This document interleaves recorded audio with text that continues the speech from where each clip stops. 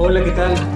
Buenas tardes, bienvenidas y bienvenidos a este conversatorio virtual que denominamos Crisis de los Cuerpos de Agua en México, reflexiones y alternativas para su recuperación. Este conversatorio es parte de una serie de conversatorios que hemos estado impulsando dentro del Instituto de Ciencias del Mar y Limnología de la UNAM, en el que pues el interés es reflexionar y platicar con distintos especialistas en distintos temas sobre situaciones complejas y sobre todo prioritarias para nuestro país. En este caso nos gustaría platicar sobre la situación de los cuerpos de agua, principalmente cuerpos de agua dulce. Recordarles o pedirles que si no nos siguen en redes sociales, nos pueden seguir. El instituto tiene cuentas en cada una de las redes sociales. Les dejamos ahí el código QR para que nos hagan favor de suscribirse y de mantenerse atento a las noticias que estamos sacando. Y finalmente decirles que el conversatorio del día de hoy va a ser publicado eventualmente en la página de YouTube, siguiendo todos los reglamentos de privacidad, ¿no? Entonces, si alguien quiere tener más detalle, les dejamos ahí la información. Y sin más, daremos inicio entonces a nuestro conversatorio del día de hoy. Buenas tardes, doctora Mariel, Jorge, Ana. Me voy a permitir hacer una breve presentación de cada uno de ustedes, decirles que un poco los objetivos de este conversatorio es eso, ¿no? Platicar con ustedes sobre cuáles son sus perspectivas de cómo están los cuerpos de agua. Sabemos que cada uno de ustedes trabaja en distintas disciplinas, pero también en distintos sistemas. Platicarnos un poco cómo lo ven, cómo está la situación, cuáles son las causas principales de la degradación que estamos viendo, qué tan grave es esta situación, y también platicarnos un poco qué perspectivas ven de solución, de acciones a futuro, ¿no? Entonces, el conversatorio va a tener cuatro bloques. Van a ser tres bloques de diálogo entre nosotros. Cada participante tendrá una intervención de 5 minutos, y después proyectaremos un cortometraje documental sobre la situación que ocurrió o que está ocurriendo en el embalse de Valle de Bravo, ¿no? Uno de los cuerpos de agua más críticos o indispensables para la seguridad hídrica del centro del país, y que el año pasado alcanzó uno de sus mínimos históricos de agua, ¿no? Entonces, una vez que hayamos concluido con esa proyección, es una proyección más o menos rápida, daremos paso a unas reflexiones finales de cada uno de los participantes. Entonces, me permito leer una breve semblanza de cada uno de los especialistas que nos acompañan el día de hoy. Tenemos a la doctora Ana Cecilia Espinosa García. Ella es bióloga por la Facultad de Ciencias de la UNAM. Obtuvo el grado de doctor en Ciencias Biomédicas en la UNAM y actualmente es técnica académica del Laboratorio Nacional de Ciencias de la Sostenibilidad dentro del Instituto de Ecología de la UNAM. Ella se ha presentado en diversos foros y congresos nacionales e internacionales y ha publicado artículos y capítulos en libros que abordan la problemática de la salud ambiental, la calidad microbiológica del agua y los riesgos que esto implica a la salud. Muchas gracias y bienvenida, doctora Espinosa. Gracias. También nos acompaña la doctora Mariel Barjau Aguilar. Ella es la investigadora postdoctoral del Instituto de Geología de la UNAM. Su interés está en comprender cómo las actividades antrópicas afectan la dinámica bioquímica y microbiana de los sistemas acuáticos a escala local y global. Actualmente se enfoca en comprender el impacto de las actividades antrópicas en los cenotes del corredor turístico Cancún-Tulum a través de la biogeoquímica microbiana. Bienvenida, doctora Barjau. Hola, muchas gracias. Gracias.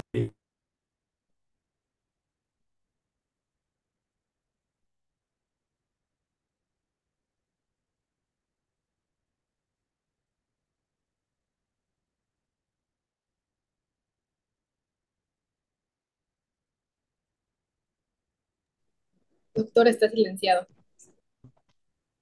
No te escucho, Fer. Sí, se silenció, doctor. Ok. Ahí está, listo, adelante. Repito, nos acompaña también el doctor Jorge Alberto Ramírez Cierol. Él obtuvo el grado de doctor en Ciencias del Mar y Limnología con especialidad en Química Acuática de la UNAM. Sus líneas de investigación se centran en la dinámica biogeoquímica de sistemas acuáticos y la gestión integrada de recursos hídricos.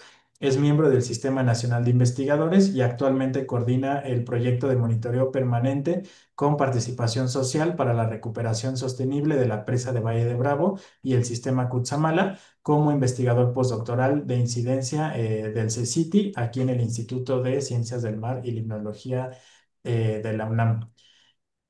Muy bien, bienvenido, doctor. Gracias, gracias Fernando. Gracias. Bienvenidos todos, buenas tardes. Gracias, Jorge.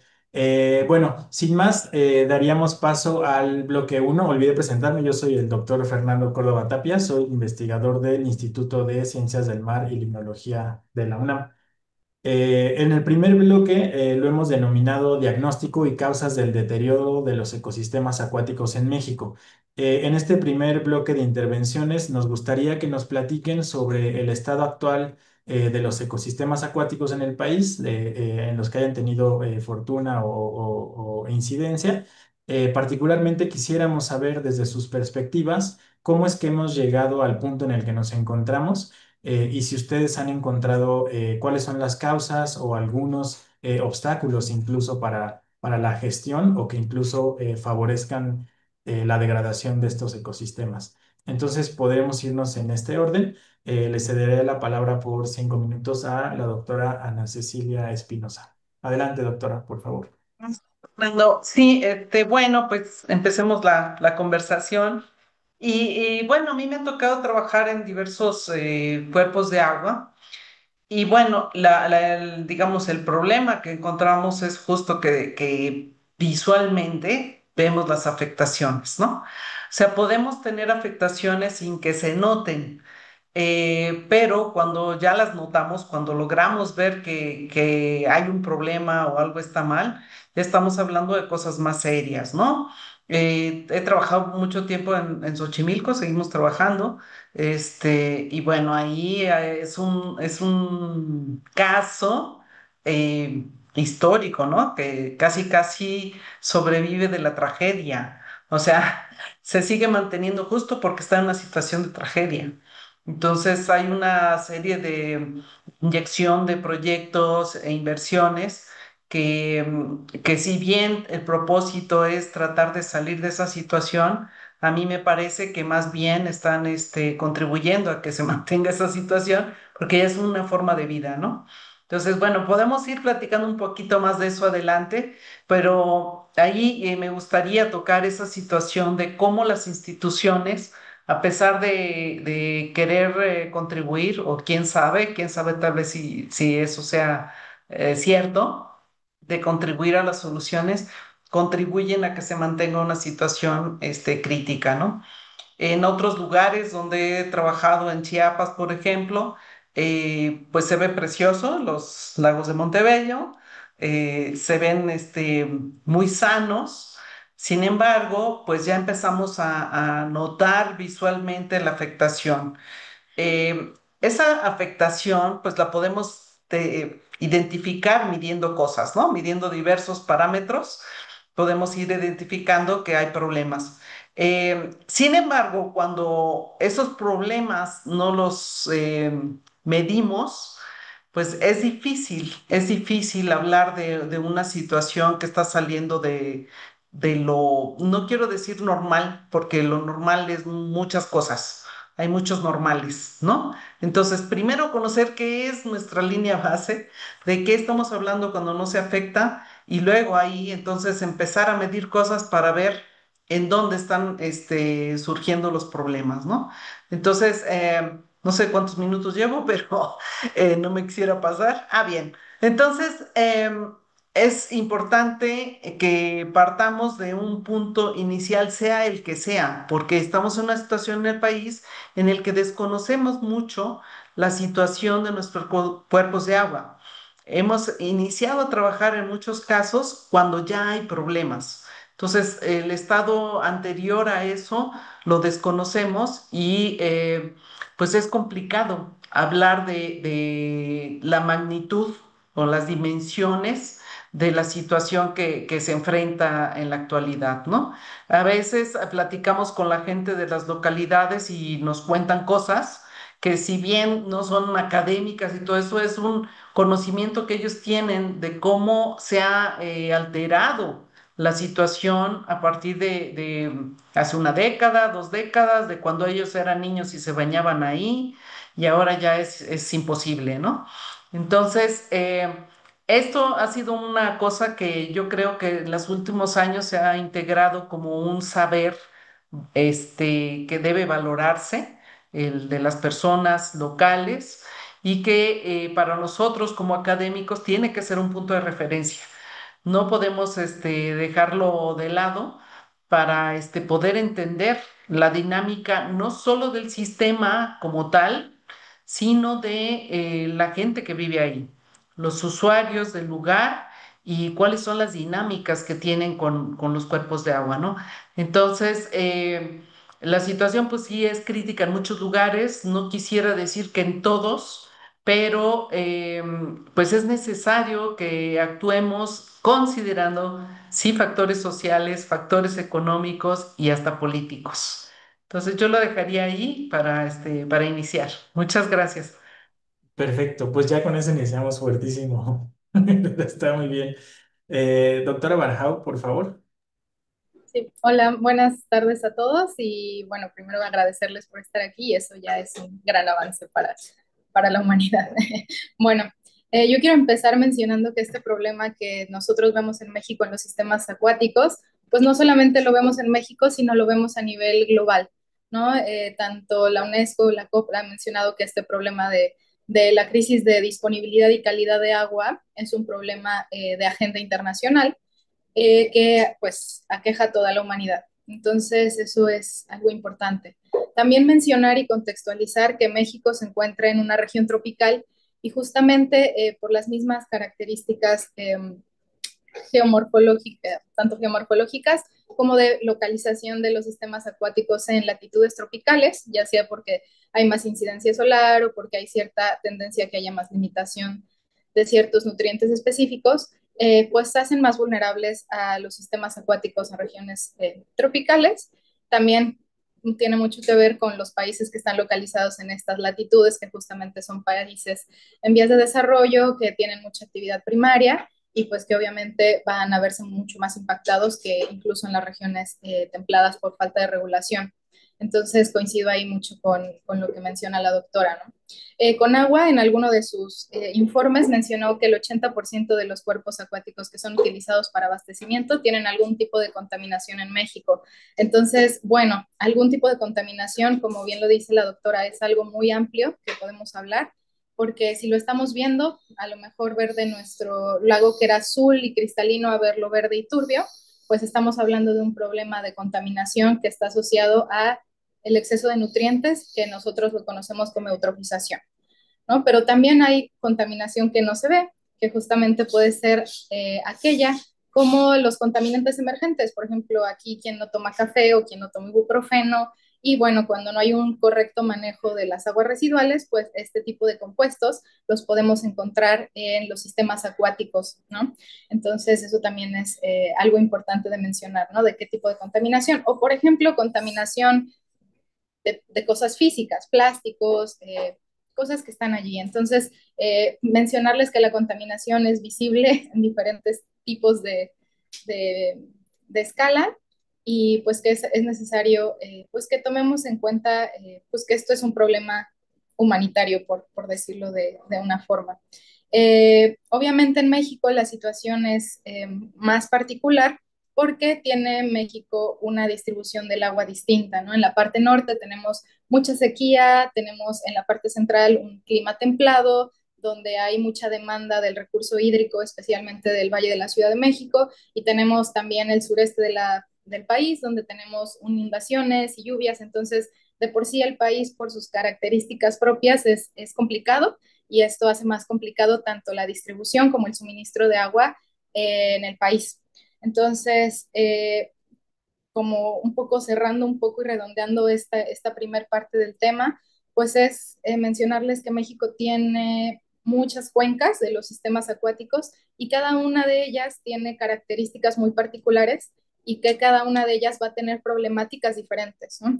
Yo he tenido la fortuna de trabajar en Valle de Bravo, ¿no? En cuenca templada, de origen volcánico, el tipo de suelo que tiene Valle, que es construida, que fue construida a partir de una necesidad humana, y actualmente trabajo en los sistemas kársticos, en los cenotes de Quintana Roo específicamente, que tienen una historia completamente diferente, ¿no? Que son sistemas naturales, que casi cada cenote es utilizado por cada persona o entidad de cierta forma, con un manejo particular y pues toda también su morfología y su geomorfología y su hidrología es totalmente diferente a la de Valle de Bravo, ¿no? Entonces, para mí es muy contrastante esto y creo que para todos ustedes que también trabajan en agua, es mencionarles que cada sistema tiene características particulares, específicas y únicas y que deben de ser considerados en el manejo y que es un gran reto, ¿no? No solo para México, sino a nivel global. Entonces, eso. Perfecto, muchas gracias, doctora. Y yo, por ejemplo, coincido un poco con lo que han dicho, y es eso, ¿no? O sea, uno va a distintas regiones y encuentra problemáticas similares, ¿no? O sea, sistemas distintos, pero bajo una problemática pareciera similar y, como bien decían, universal. Doctor Ramírez, por favor. Muchas gracias nuevamente. Qué gusto estar aquí y saludándolos a todos.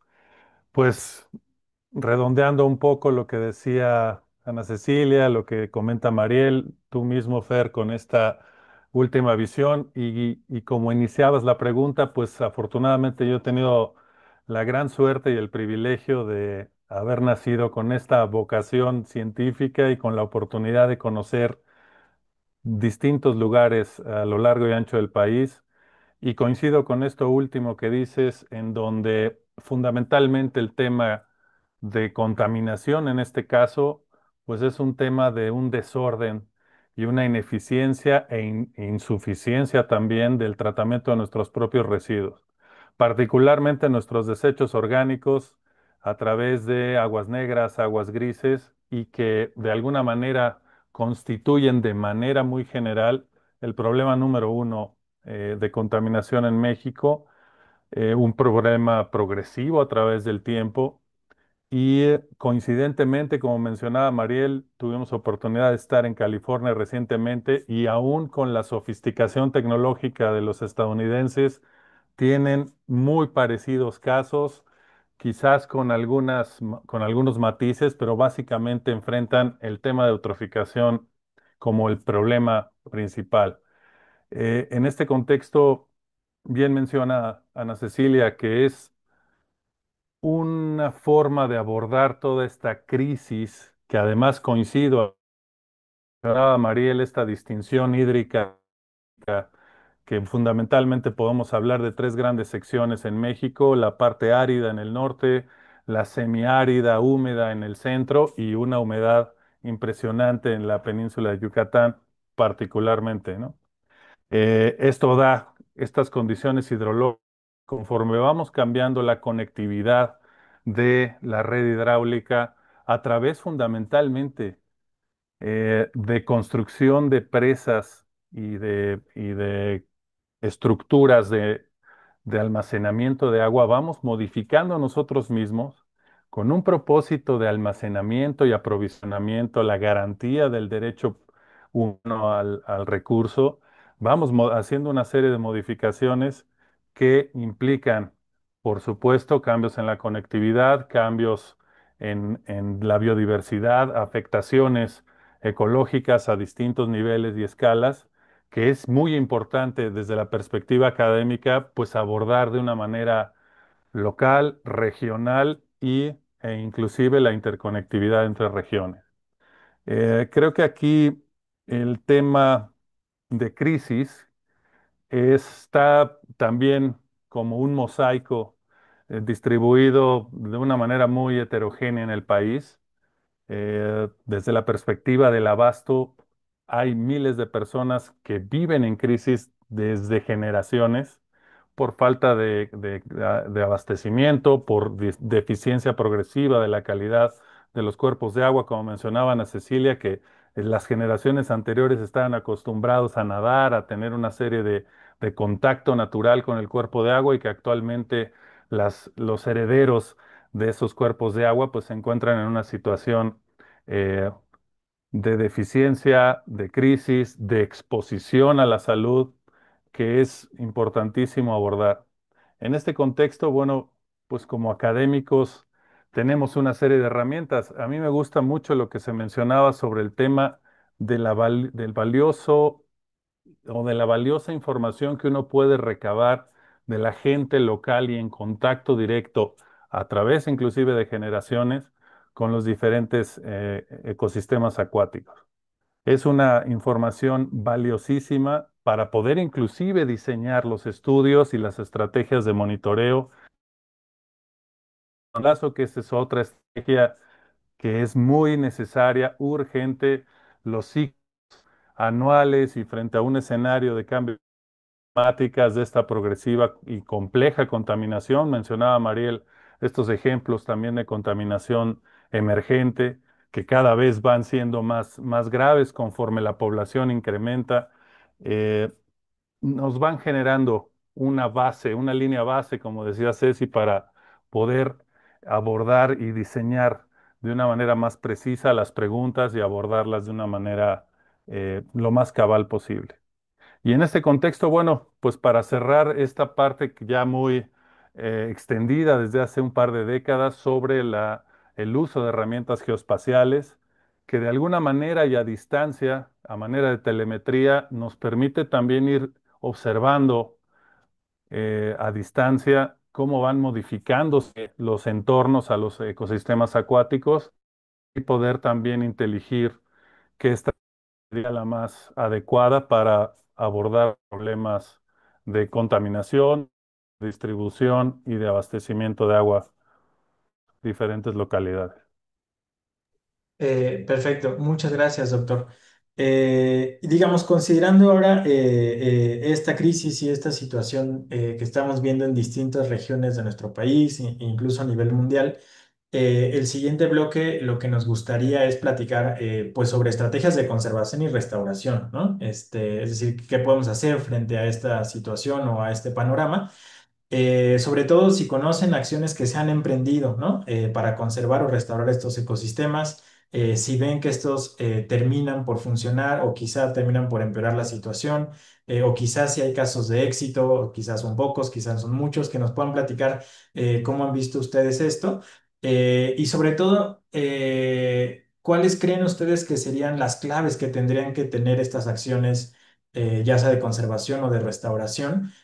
Para que sean efectivas, ¿no? Es decir, para que realmente, sí, bueno, los que hemos visto que funcionan coinciden en que tienen ciertos elementos en particular, ¿no? Entonces, nos gustaría que nos platicaran un poco sobre eso. Entonces, daría la palabra a la doctora Ana Cecilia, por favor. Sí, gracias, Fer. Bueno, a lo mejor no son muchos los casos de éxito, pero yo creo que están dándose cambios que pudieran ser muy, importantes, ¿no? Ahorita me viene a la mente las iniciativas que se tienen de la autogestión del agua, de la autogestión comunitaria del agua.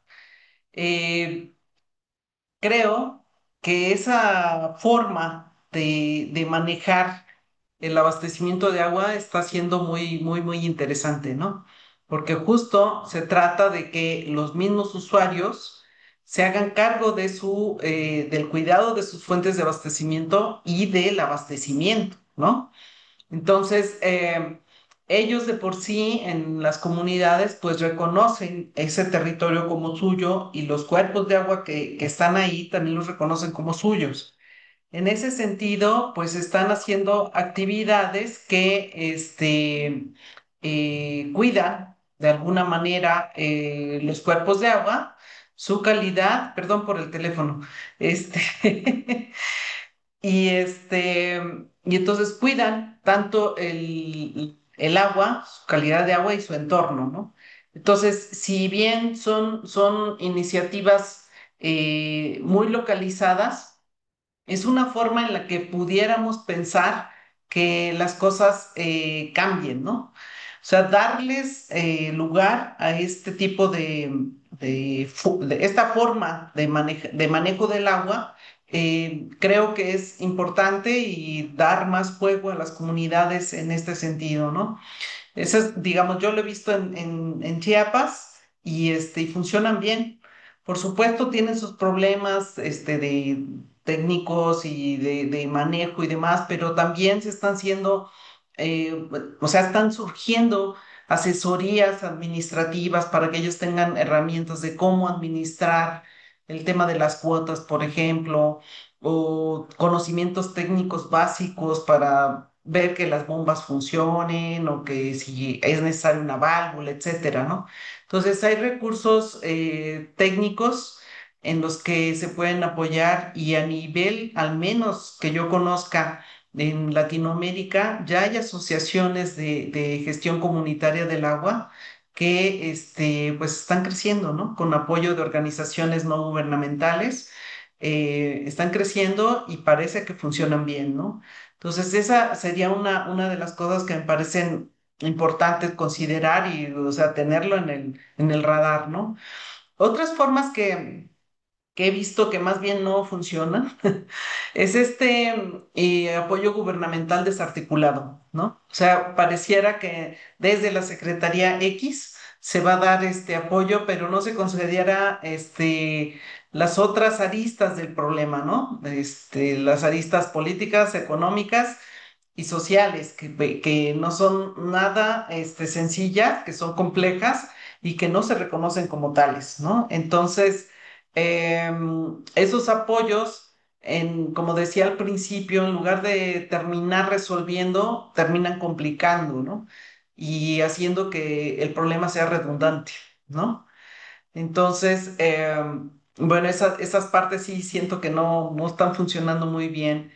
Y otra cosa que me parece muy interesante y que también se está involucrando a las comunidades son justo en áreas naturales protegidas y áreas que voluntariamente las comunidades donan a estas áreas naturales protegidas. Entonces, reconociendo ellos que son los que están ahí, que son los que lo ven, reconocen la importancia de conservar estos sitios porque ven claramente cómo está la conexión de conservar estos ecosistemas y tener agua, ¿no? Por ejemplo.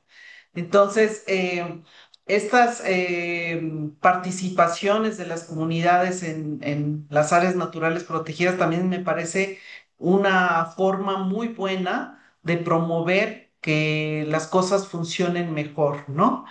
Y otra de las cosas que creo que tenemos que impulsar son estas acciones que parecen chiquitas, pero que realmente si se crecieran ayudarían mucho. Por ejemplo, el uso de los fertilizantes que no sean, más bien que sean orgánicos, ¿no?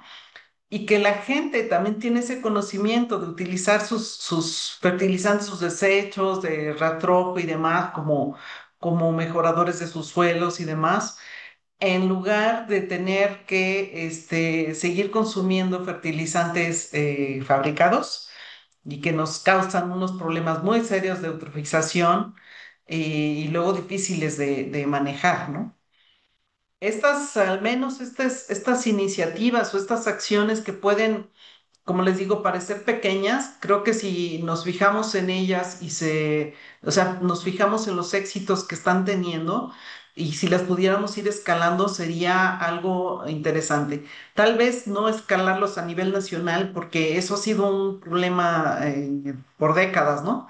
O sea, ahorita que escuchaba a Jorge que decía es que la crisis y la crisis, pues yo desde que nací he escuchado que estamos en crisis económica, crisis del agua, crisis de todo, ¿no? Entonces, tal vez ya nos hemos normalizado a escuchar la palabra y es parte de nuestras vidas, ¿no?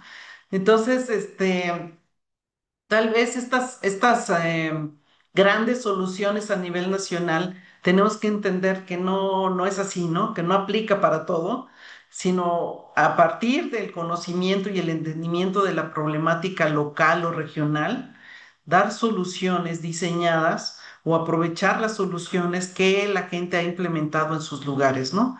Entonces, eso me parece que por ahí podríamos avanzar un poco, ¿no? Muy bien. Muchas gracias, doctora. Doctora Barjau, ¿nos quisiera dar su opinión? Listo. Coinciden muchas cosas con la doctora Cecilia, ahora lo retomaré un poco de las escalas, ¿no? Y mencionar que el éxito puede verse como pasos pequeños a ir hacia adelante o puede verse como un paso gigante entre instituciones o gobiernos, ¿no? Tanto nacional como internacional. Entonces, les mencionaba hace un momento que este problema del agua es a nivel humanidad, porque justo lo vamos a resolver como humanidad a distintas escalas, tanto en lo personal como en lo familiar, como en lo colectivo, en municipio, nación, planeta.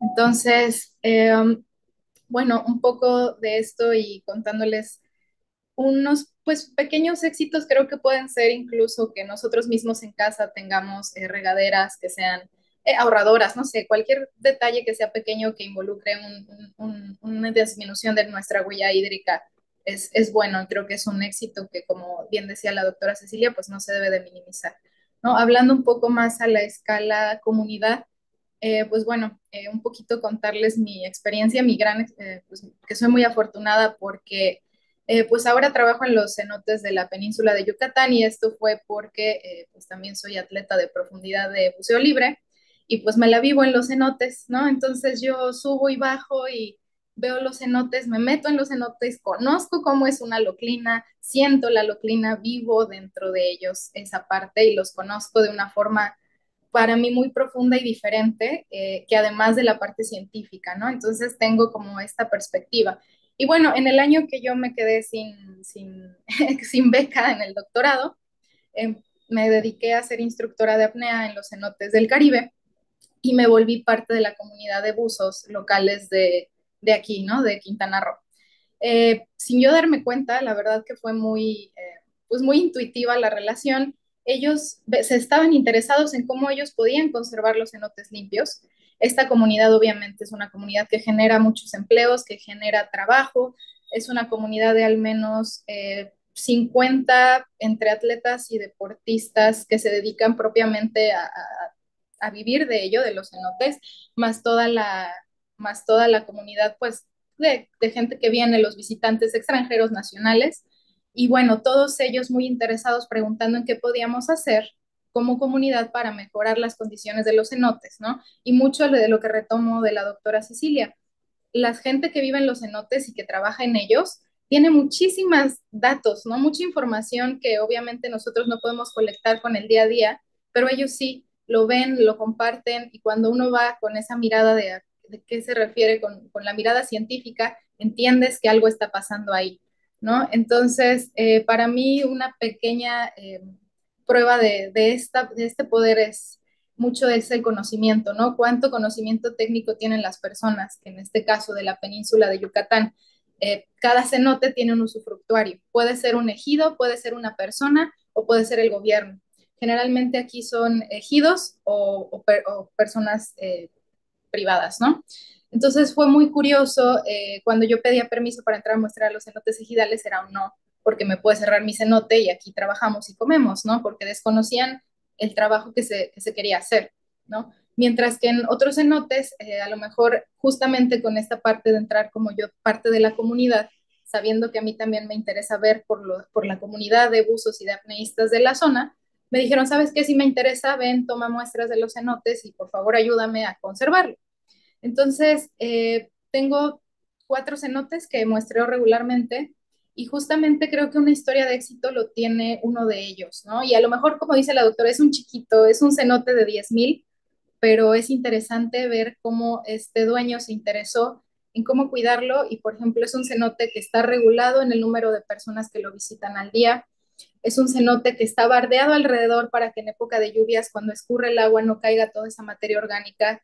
Un cenote que lo limpian todos los días y le quitan las hojitas de arriba, que a veces los buzos van a sacar las GoPros que se caen o que van a sacar basura del fondo, ¿no? O sea, creo que aquí es muy claro, tanto en Quintana Roo como en Yucatán, que las comunidades se interesan en conservar sus sistemas acuáticos con acciones tal vez, como decía la doctora, pequeñas, pero tal vez no son tan pequeñas porque finalmente son ejemplo para otros usufructuarios a la forma en la que les funciona a ellos conservar su cenote y que se siga viendo azul y cristalino para que la gente siga queriéndolo visitar, pero sobre todo y lo más importante, aquí en la península de Yucatán, virtualmente, más bien prácticamente la única fuente de agua potable es el agua del acuífero kárstico.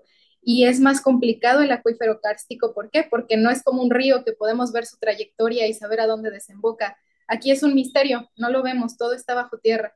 Entonces, justamente los cenotes en este punto han sido claves para entender cómo estamos impactando o el efecto que tienen las actividades del hombre en el acuífero kárstico de toda la península de Yucatán y cómo las personas con sus experiencias y con cómo están gestionando ellos su fuente de agua y de trabajo, pues les importa, ¿no? Y creo que para mí, pues un gran éxito fue este cenote justamente donde está muy bien, ¿no?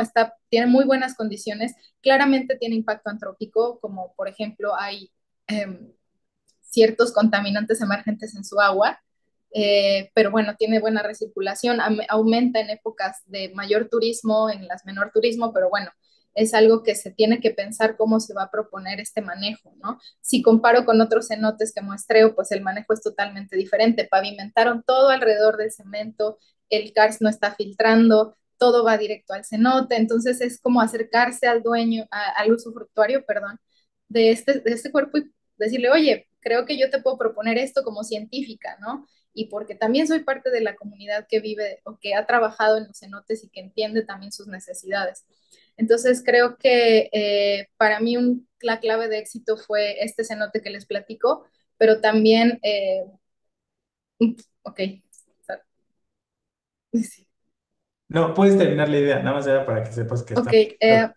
pues un poco también, ¿no? El hecho de, por ejemplo, con los buzos es decirles, oigan, chicos, ya he tenido varias pláticas con ellos aquí, por favor, no se orinan en el cenote, no usen protectores solares, usen un gorrito en vez, ¿no? Entonces, me ha dado gusto, ya llevo un año trabajando con la comunidad y que me dicen, Mariel, yo ya les digo a mis alumnos que por favor se salgan al cenote antes si van a hacer algo y los obligo a bañarse antes de entrar y para mí eso desde mi lugar es ya gané algo y es un éxito, aunque sea chiquito, pero pues es lo que vamos haciendo poco a poco.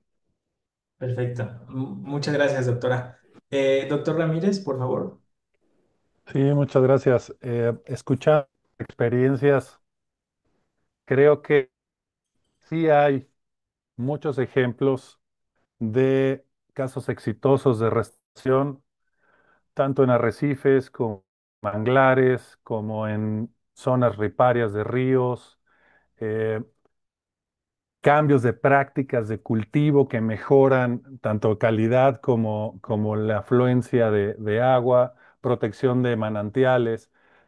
Hay una multitud de estrategias que fundamentalmente van en términos de regresar como a la naturaleza, tratar de armonizar nuestras actividades productivas en un entorno que tiene otra virtud ecológica, digamos, y esta conservación de la conectividad, interconectividad hídrica, pues va generando ejemplos también de cómo se autodepuran los sistemas.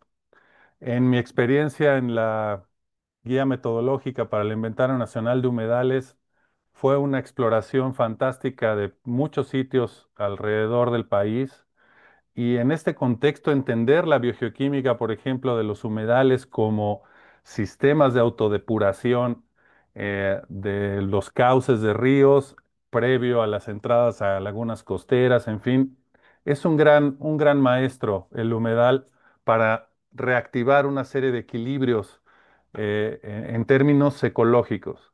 Creo que el término de restauración ecológica de los sistemas acuáticos, aún artificial como los embalses, los canales, que si bien tienen la intención de abastecernos de agua o aprovisionarnos de agua nosotros como sociedad, también conforman o van desarrollando sus propios niveles de transferencia de materia de energía como ecosistemas.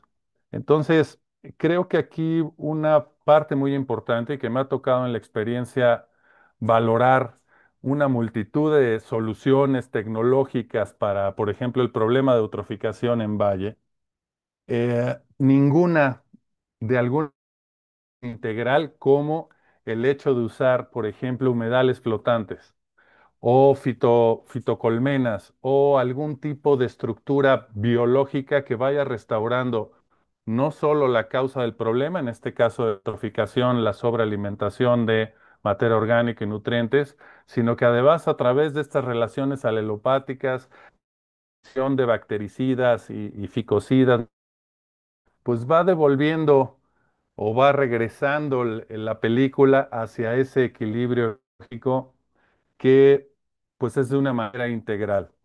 En esto que se comentaba sobre los esfuerzos locales, coincido totalmente.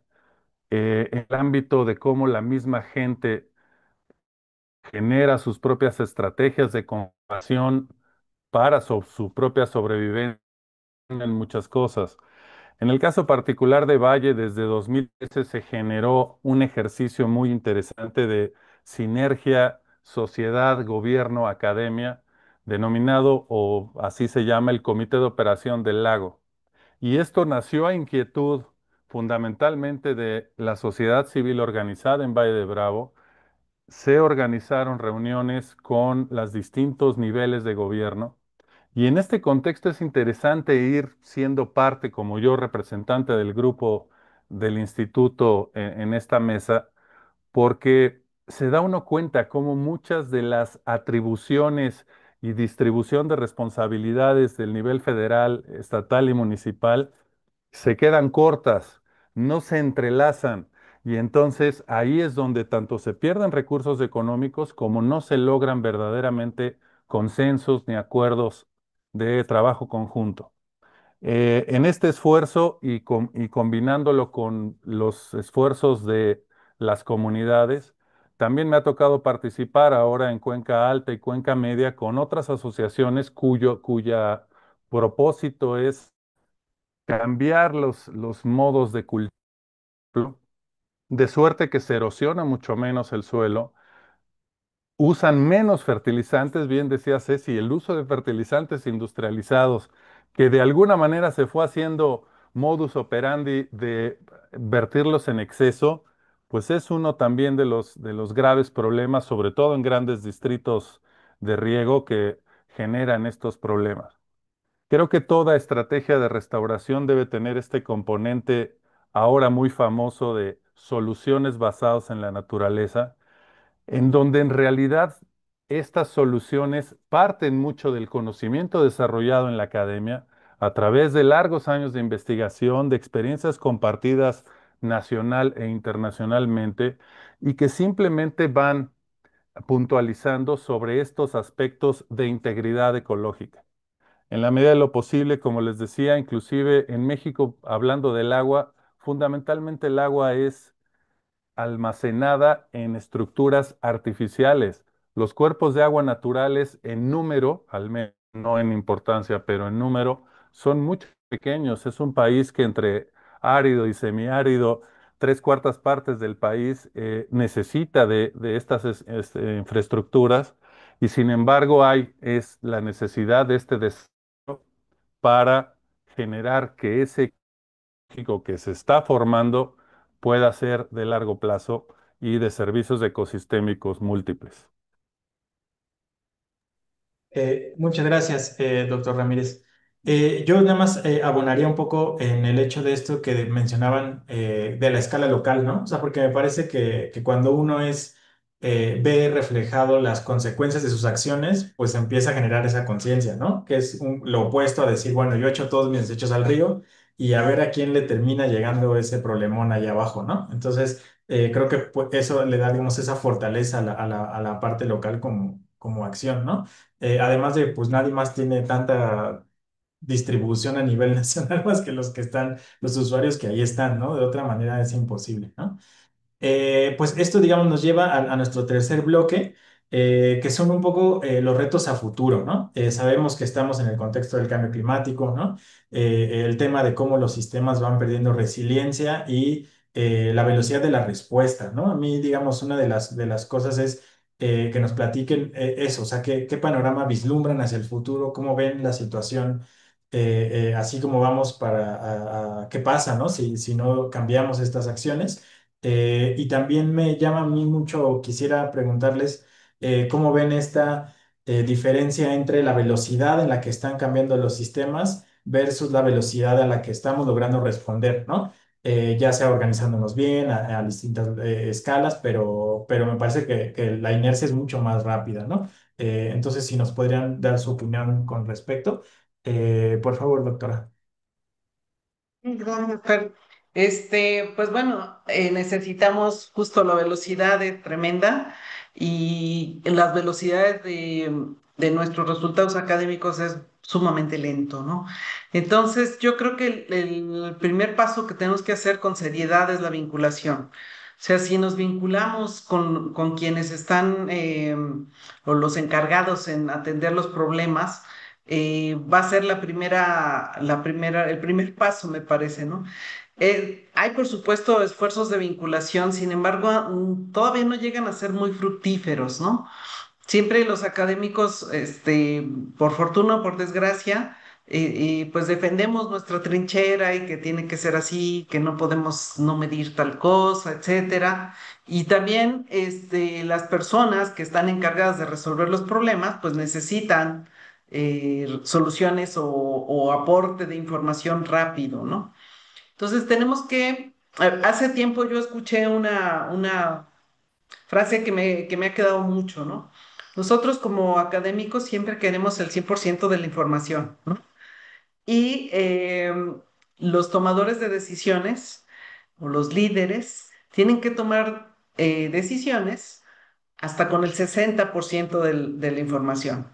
Entonces, si hacemos esta hecho como algo real, decimos, bueno, después del 60% no creo que cambie la tendencia, este, podemos avanzarle un poquito al tiempo, ¿no? Entonces, ya que nosotros como académicos podamos ver esas tendencias en el fenómeno que estemos midiendo, es ayudar a resolver estos problemas, ¿no? Y hablar muy, muy de cerca con tomadores de decisiones. A veces tenemos que batallar para que el problema X, Y o Z relacionado con agua se incluya en las agendas de algunos políticos y no nos gusta, pero es necesario. Y es necesario hacer esta chamba y creo que como gente de que estamos de este lado, nos toca, ¿no? Nos toca a pesar de que no tengamos tiempo y a pesar de que todos los conflictos, y si no, asesorarnos o juntarnos con quien sí lo sabe hacer o le gusta hacerlo, ¿no? Y eso habla de vinculación no solamente de hacia afuera de la academia, sino dentro de nuestro mismo ámbito académico con antropólogos, con sociólogos, con politólogos, en fin, con otras formaciones que desde las ciencias naturales tal vez no tenemos mucha interacción, ¿no? Me parece que ya no podemos esperar más y que es necesaria esta vinculación y el trabajo transdisciplinario. En la medida de que lo hagamos, podemos dar pasos más contundentes porque si seguimos como estamos ahora, pues cada quien en su disciplina y pues sí avanzará académicamente y tal vez económicamente, pero pero no hacia la solución de los problemas. Y yo creo que una reflexión que tendríamos que hacernos como académicos es realmente qué ha aportado, ¿no? O sea, sentarse en su sala con un café o un vinito o algo, y ponerse a pensar, o sea, realmente a veces no tenemos tiempo de estar en el silencio tal vez pensando, ¿no? Pensando realmente qué he aportado con mis 20 años de ejercicio o los que tengamos, ¿no? Y a partir de esa reflexión, entender que de alguna manera tenemos que dejar algo, aportar algo, ¿no? Para resolver. Entonces, y empiezan el involucrarte en las cosas, ¿no? Yo creo que esa es una necesidad que tenemos, el tema de vinculación. Y otra de las cosas que rapidísimo lo digo, es que también reflexionemos como, ya no como académicos, sino como personas, habitantes de estas urbes gigantes o de lugares muy pequeños, en nuestros estilos de vida. O sea, realmente si tenemos estos problemas en los cuerpos de agua es porque estamos sosteniendo un estilo de vida que no es sostenible y que nuestros consumos de todo tipo de cosas tiene agua por dentro y además tiene desechos importantes. Entonces, también esa forma de reflexionar, ahí ser más curiosos con mi huella hídrica, etcétera, también podría aportar a que vayamos reconociendo una problemática donde estamos involucrados todos. Perfecto, muchas gracias. Y si a lo que aportamos le restamos lo que impactamos, vamos a salir negativos, ¿no? Que, por favor, doctora Barjau. Sí, muchas gracias. Bueno, otra cosa es también que pues el cambio global está aquí, es algo que no va a frenarse y es algo que la humanidad se tiene que adaptar, al igual que todas las especies que acompañan en el planeta. Entonces, bueno, nos estamos adaptando a estas nuevas condiciones. Va a ser difícil para la humanidad hacerlo sin duda y bueno, los modelos, ¿no? Incluso con agua ya en sus predicciones de estrés hídrico para los siguientes años ya consideran los efectos del cambio global, el aumento del nivel del mar y bueno, pues todas estas implicaciones que sabemos México va a sufrir algunas de ellas, ¿no? Tanto sequías extremas, más eventos de huracanes, a lo mejor más intensos, ¿no? Intrusión marina hacia a los acuíferos de los cenotes, ¿no? Esto también va a representar un problema más adelante. Pero bueno, yo confío y creo que una de las razones por las que soy científica es porque pues creo que la ciencia tiene la capacidad y es la mejor herramienta que tenemos para generar soluciones concretas y si es comunicada de forma correcta y es escuchada, vamos a poder hacer los cambios que necesitamos para que como humanidad logremos adaptarnos a estas nuevas condiciones que nosotros mismos generamos. Entonces, coincido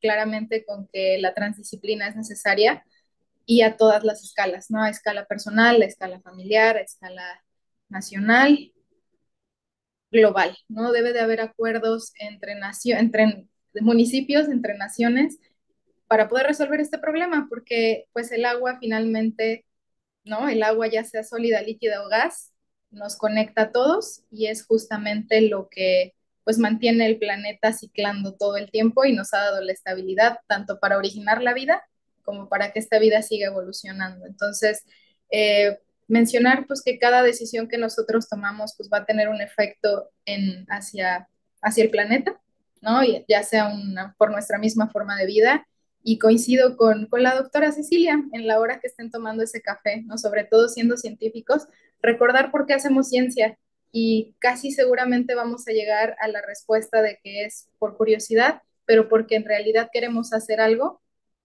para poder ayudar a la humanidad, o por lo menos a mantener a la humanidad o al planeta como actualmente lo tenemos, y no es que mejor.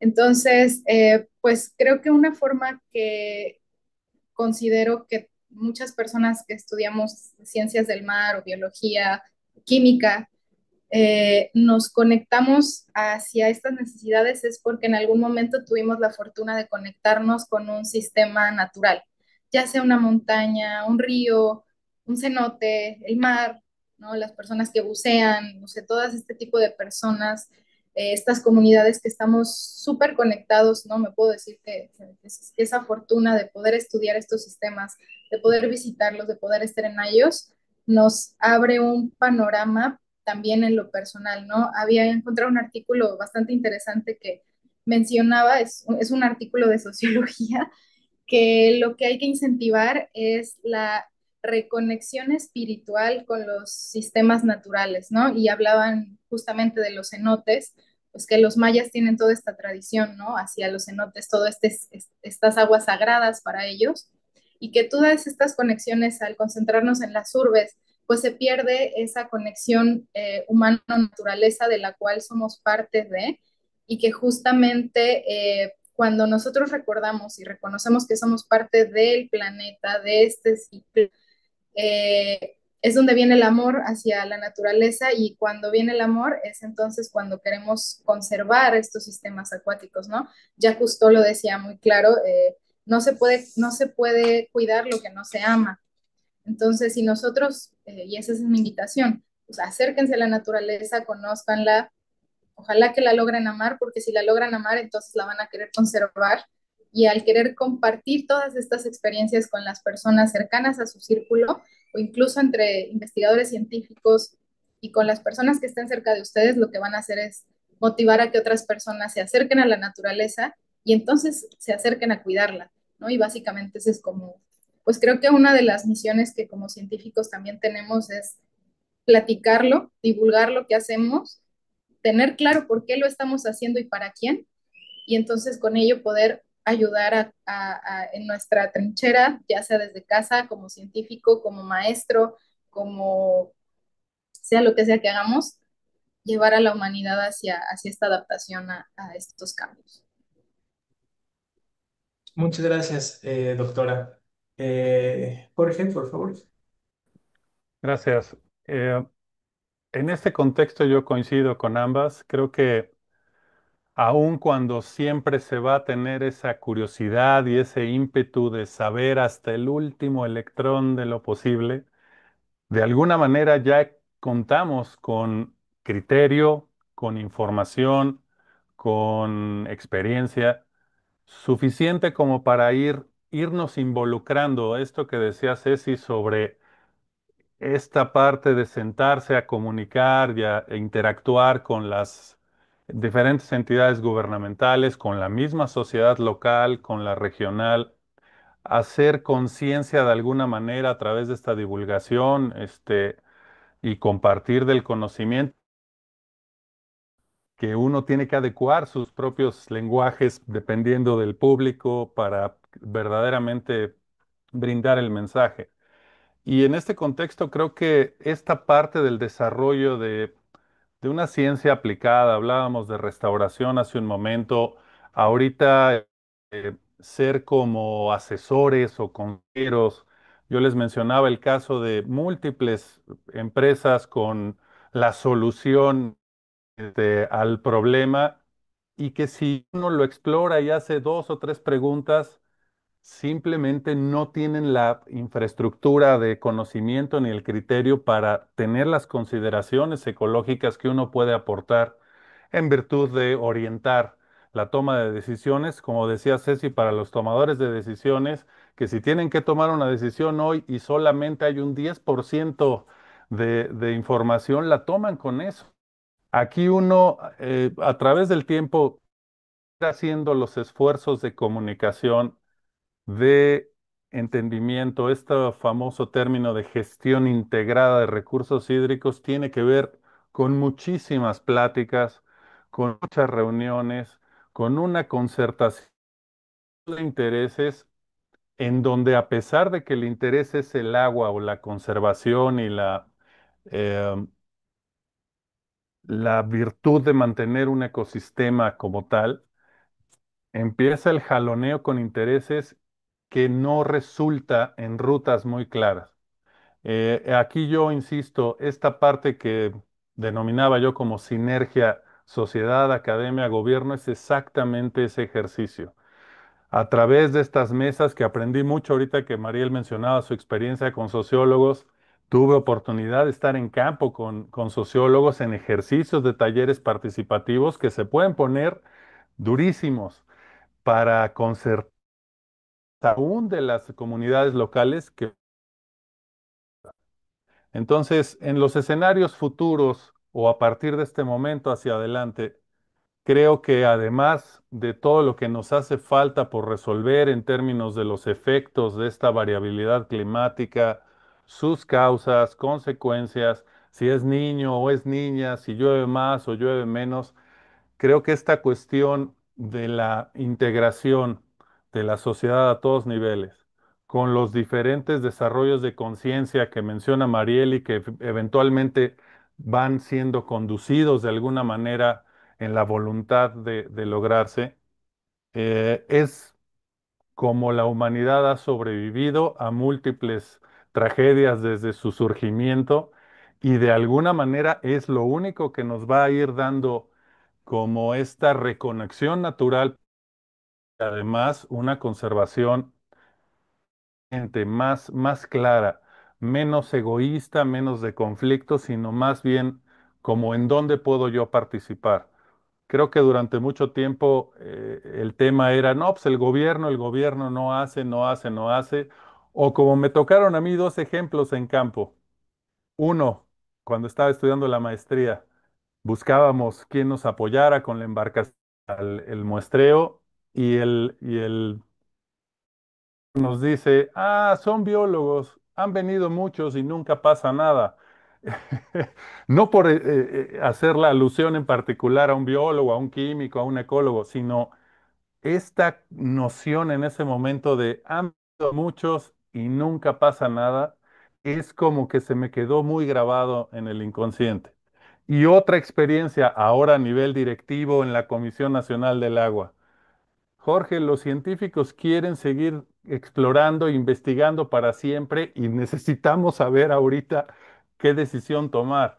Entonces, en la medida en que tengamos, y ahí sí coincido con Ceci, muchas veces no hay el tiempo, tiene uno entre clases, la investigación, la publicación, el X y el Z, dificultad para generar un entorno de plática. Y creo que aquí, Fernando, este esfuerzo de de los conversatorios que me encantó escuchar, que es el primero de muchos, o que ya está siendo un ejercicio continuo, aprovechando la tecnología a distancia y de concertación de 100 personas ahorita, pues podemos ir generando esos foros no necesariamente tan, tan de desplazamiento y tan de organizaciones complejas, sino la idea es ir manteniendo estos conversatorios abiertos al público para sus inquietudes, que también renuevan a uno muchas ideas y podemos ir conduciendo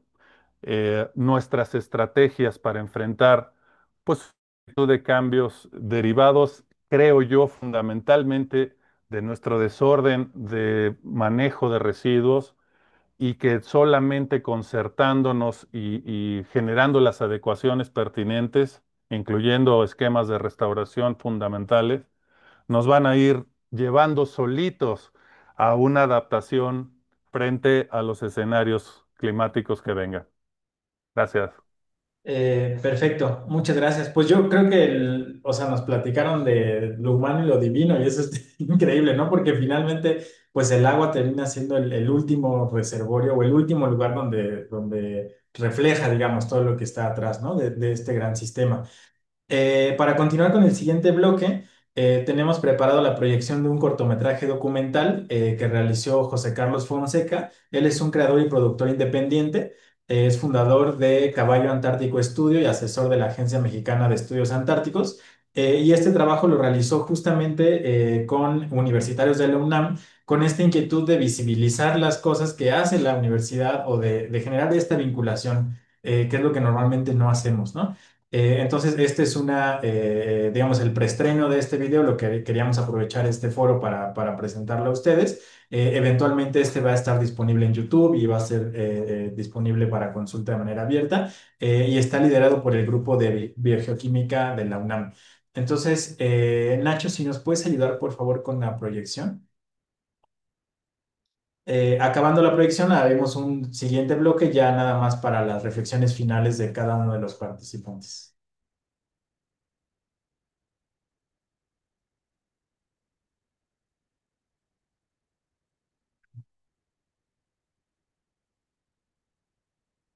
Nacho, ahí está, gracias.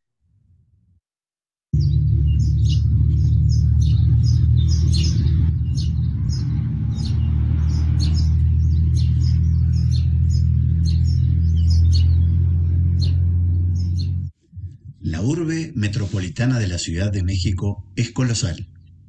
Es hogar de más de 20 millones de habitantes y el suministro de agua es un tema muy complejo de planificar y atender.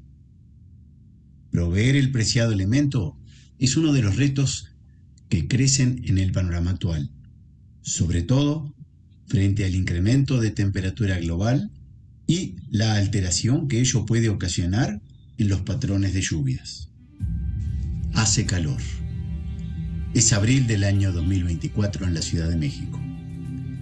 No soy científico, pero me han invitado a participar en el trabajo científico limnológico en el embalse Valle de Bravo y sus afluentes. que es realizado por el doctor Martín Merino Ibarra y un grupo de investigadores y estudiantes en una zona de importancia estratégica para el abastecimiento de agua potable en el centro de México. Yo soy investigador en el Instituto de Ciencias del Mar y Limnología y estoy a cargo del Laboratorio de Biogeoquímica Acuática, desde el cual hemos estudiado diversos sistemas acuáticos y marinos de México, entre ellos el embalse de Valle de Bravo, el cual monitoreamos desde hace más de 25 años en un grupo formado por colegas académicos, estudiantes de licenciatura y posgrado, y también usuarios del lago, organizaciones civiles, clubes náuticos que están interesados en que se conozca lo que sucede en su principal recurso de vida y trabajo. Estamos en el Instituto de Ciencias del Mar y Limnología de la Universidad Nacional Autónoma de México. Aquí, el grupo de Biogeoquímica Acuática se prepara para el monitoreo de largo plazo en el embalse Valle de Bravo y sus afluentes. Se integran al trabajo de campo académicos y estudiantes de licenciatura y posgrado. 6 a 8 participantes cada vez. Preparan su carga de más de 400 kilos en equipos e instrumental para recabar información en el sitio y para traer muestras que serán estudiadas en los laboratorios de la universidad. Les doy una mano para cargar el material y me doy cuenta que la limnología no solo es trabajo de laboratorio, se transpira bastante.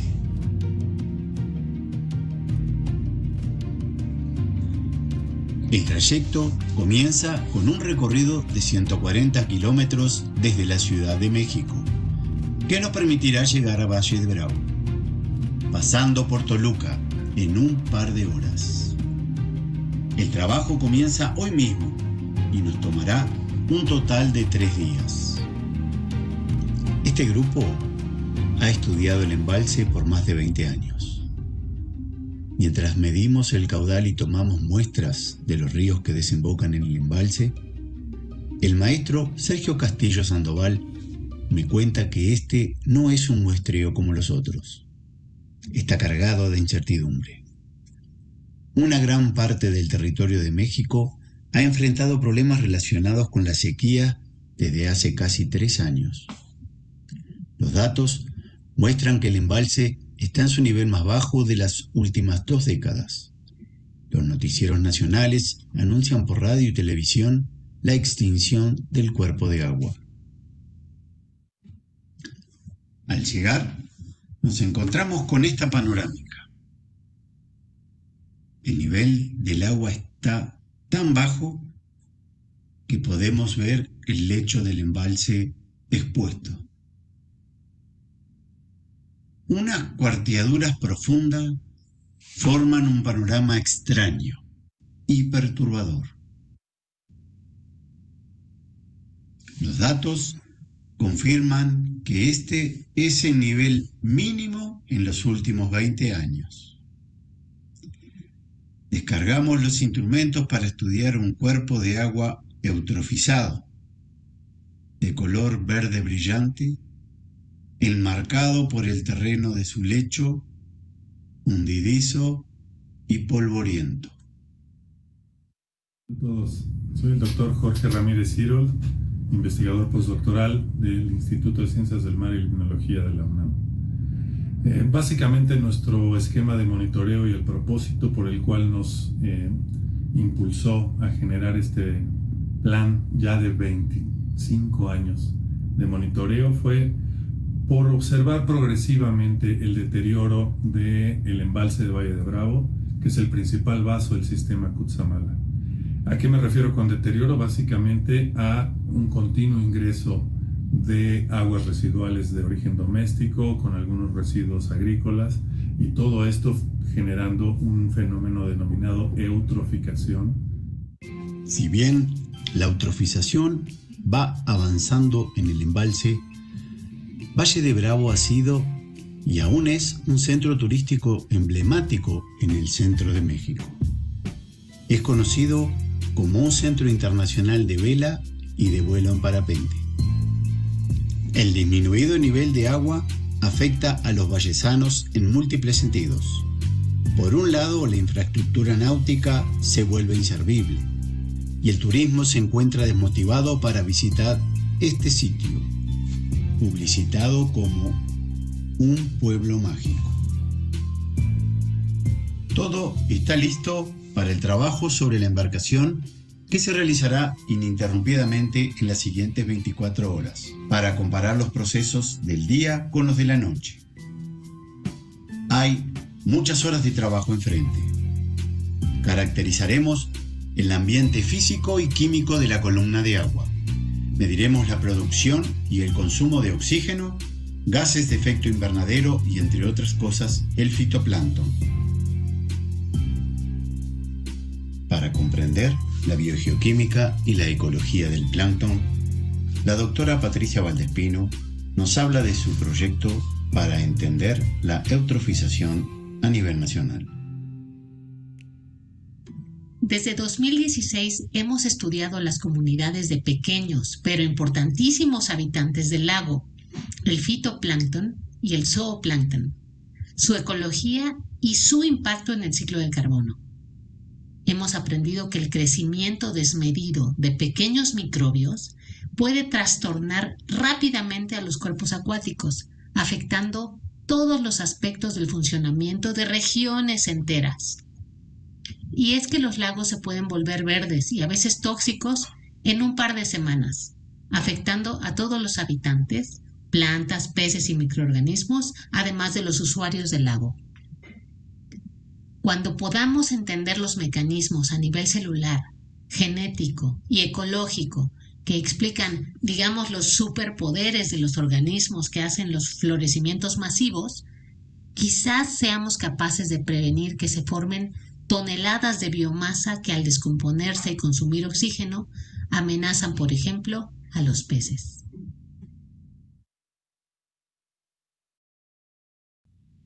En Valle de Bravo han ocurrido florecimientos de fitoplancton tan drásticos que han trastornado de golpe la salud, el turismo y las actividades socioeconómicas de la población. El trabajo de hoy nos sirve para construir un atlas digital interactivo que integre la información a nivel nacional sobre la contaminación por exceso de nutrientes, la eutrofización, en diferentes escalas espaciales y desde una perspectiva química, biológica y socioambiental. Estas herramientas serán muy importantes para enfrentar este problema, ya que prácticamente la eutrofización va aumentando en todos los continentes. Una mirada panorámica del embalse nos permite ver mejor las playas agrietadas y el agua que tiene una coloración verde esmeralda. El crecimiento sin freno de las microalgas fotosintéticas no es exclusivo de este lago. Es un fenómeno que crece en todos los continentes. La cantidad de células por litro de agua es tan densa que los habitantes y usuarios del embalse temen contraer alguna enfermedad por el contacto con el agua infestada y maloliente. Pero la mayoría de los microbios en los lagos no son nocivos. Según nos explica la doctora Rocío Alcántara Hernández, su equipo de trabajo ha caracterizado una biodiversidad microbiana que cambia en diferentes partes y momentos del año. Los ciudadanos y autoridades de Valle de Bravo han trabajado conjuntamente con los académicos para monitorear continuamente el embalse desde hace más de 10 años.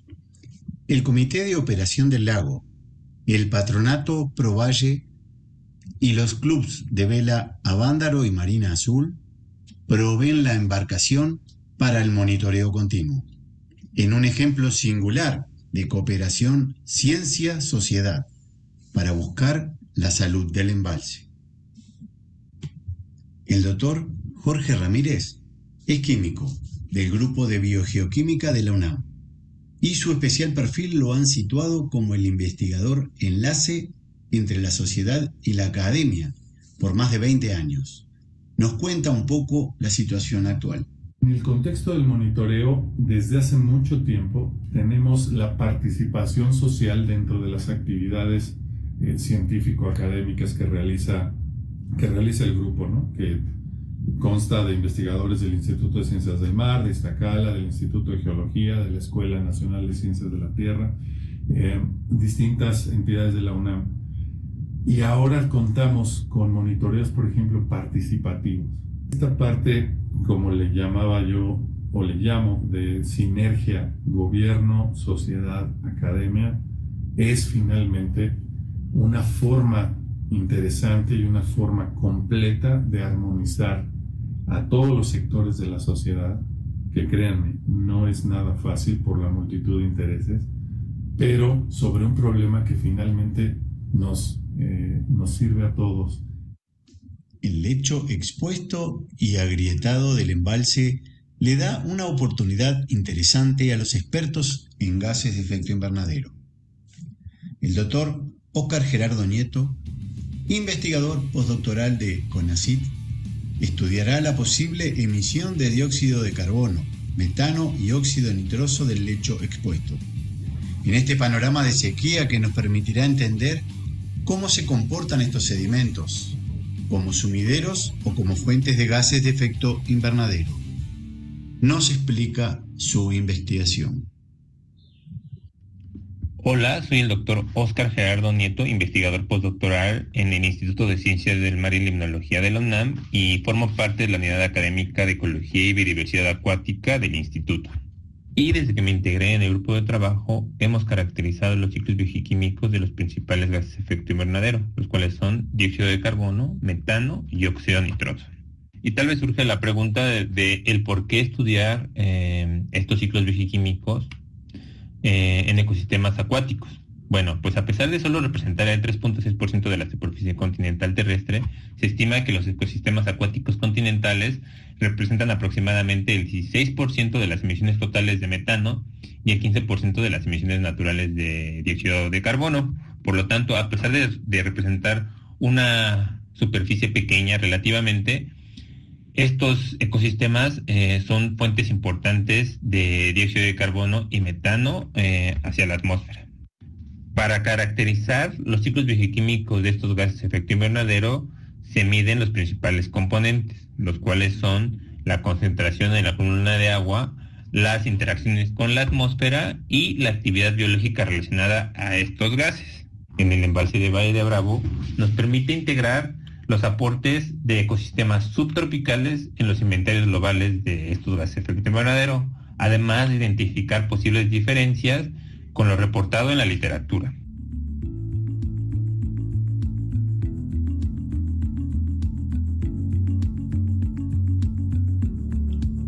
Aunque el equipo está entusiasmado de estudiar este momento del querido lago, la calidad del agua se aprecia inquietantemente mala. Las noticias para los usuarios del embalse no son prometedoras. Frente a esto, los vallesanos están decididos más que nunca a aprender cómo funciona su lago para poder planear un futuro mejor. El espejo de agua nos deslumbra con su hermosura y cuesta imaginar que bajo la superficie de sus aguas la lucha por la vida no se detiene. Los estudios de largo plazo nos permiten entender cómo ha sido la evolución del embalse en el tiempo.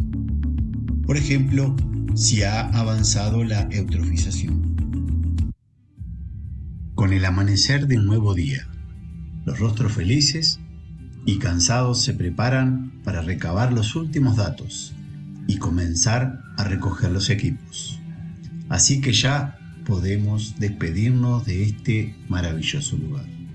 Sorprendido por toda la acción científica de estos 3 días.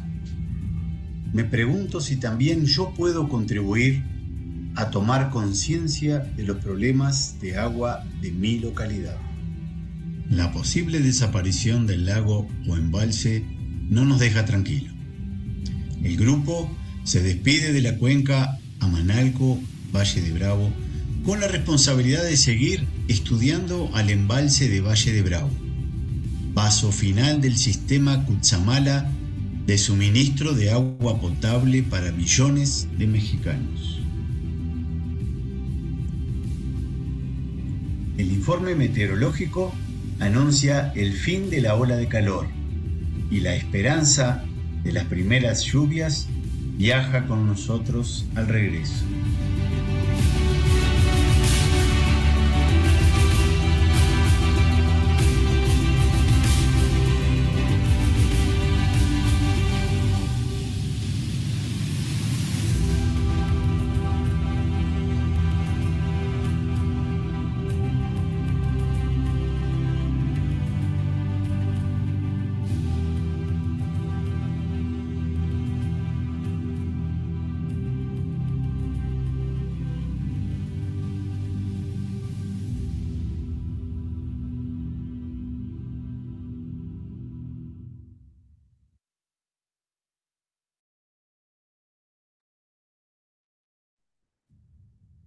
Muchas gracias, Nacho. Bueno, ese era el documental que teníamos preparado proyectar.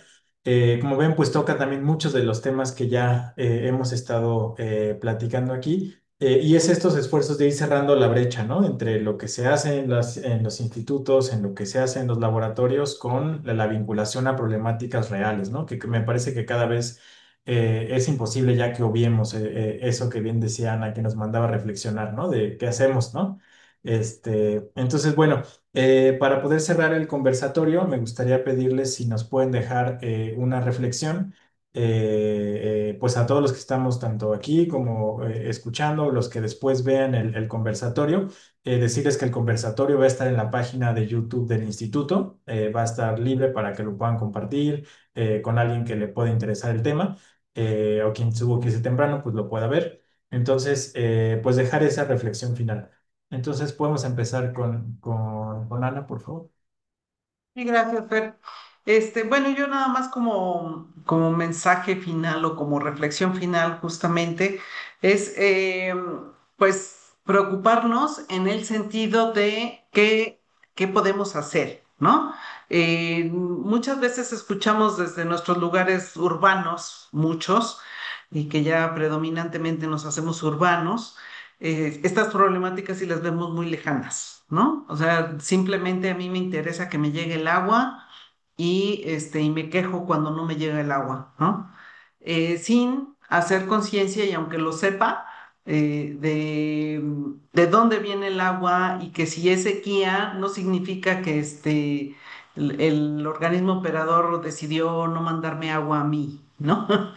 Entonces, eh, tener idea de que eso que sucede y que de lo que hablamos aquí nos impacta a todos, estemos en el Valle de Bravo o estemos en Chihuahua o estemos en donde sea, las cosas que suceden en la naturaleza nos impacta a todos porque somos parte de ella, ¿no?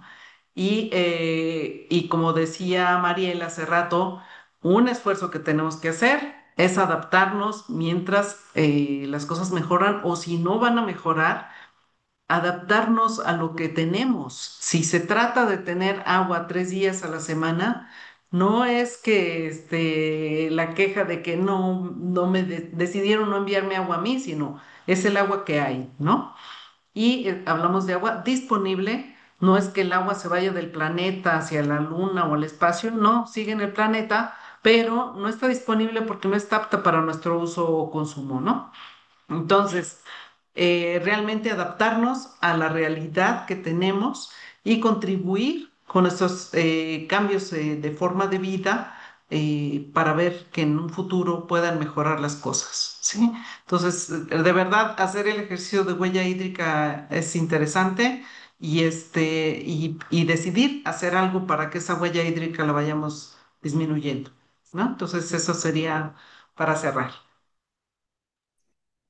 Perfecto, muchas gracias, doctora. Doctora Barjau, por favor. Sí, bueno, creo que tengo dos reflexiones y la primera es hacia pues, los colegas científicos. En mi creencia o lo que opino es que la ciencia no está para quedarse en el laboratorio o en un artículo científico, está para y por la humanidad, para resolver los problemas, situaciones en las que nosotros mismos nos hemos metido. Entonces, a ayudarnos a adaptarnos a estas nuevas condiciones. Y desde esta trinchera científica tenemos, y al tener conocimiento, tenemos la responsabilidad del tener conocimiento, tener un grado de licenciatura, de maestría, de doctorado, no solamente es bonito tenerlo, sino incluye una gran responsabilidad y parte de la retribución es poderlo compartir, poderlo incentivar a las personas a que hagan estos cambios, ¿no? Que aprendan y verdaderamente hagan todos estos cambios que estamos hablando. Y lo que más nos cuesta muchas veces a los científicos es esta vinculación con el gobierno y los tomadores de decisiones que no solo tenemos que jugar de maestros, investigadores, gestores, sino también de divulgadores y también de políticos. Entonces, es todo lo que nos toca hacer con la responsabilidad del conocimiento que tenemos. Eso es para los científicos. Y para los humanos que vean esto, creo que va muy hacia que recordemos que somos parte del planeta, que estamos conectados gota a gota y que seguimos ciclando, ¿no? Y somos parte de este planeta y por ello debemos de conservar y cuidar nuestra casa y acercarnos a verdaderamente amar a la naturaleza para poderla conservar. Eso sería todo. Muchas gracias. Doctor Ramírez, por favor. Muchas gracias, Fer. Pues nuevamente felicitar al instituto, felicitarte a ti como coordinador de estos esfuerzos de conversatorios, agradecer a las doctoras, escuchar y enriquecer mi propia experiencia con sus experiencias ahora platicadas. Y en este contexto, bueno, pues el desarrollo de la limnología al interior del instituto, al interior de la UNAM, en esta interconectividad con todas las entidades y los saberes que estamos en estos esfuerzos. Bueno, pues este puede ser un ejercicio importantísimo para mantener la comunicación regular, para estrechar esos vínculos, optimizar recursos, que luego es un tema para en las dimensiones y a la velocidad que se requiere atender esta comunicación y estos problemas. Y bueno, por la parte de que dice Mariel de la humanidad, la sociedad mexicana, la sociedad en general del mundo, pues todos estamos teniendo una fase de reflexión o conciencia en términos de esta cada vez más incierta o inciertos escenarios sobre nuestros propios recursos. Y creo que estos conversatorios y así a disposición pública proveen o proporcionan de alguna manera estos canales de comunicación de acceso universal al conocimiento, como decía el antes CONACYT. Y creo que en la intervinculación de todos, en los esfuerzos y reflexiones de cada uno como consumidores, como científicos, como parte de una familia, de una comunidad, podemos seguir incidiendo de una manera proactiva, constructiva, para ir generando y soslayando estos huecos. Por mi parte sería todo y nuevamente muchas gracias.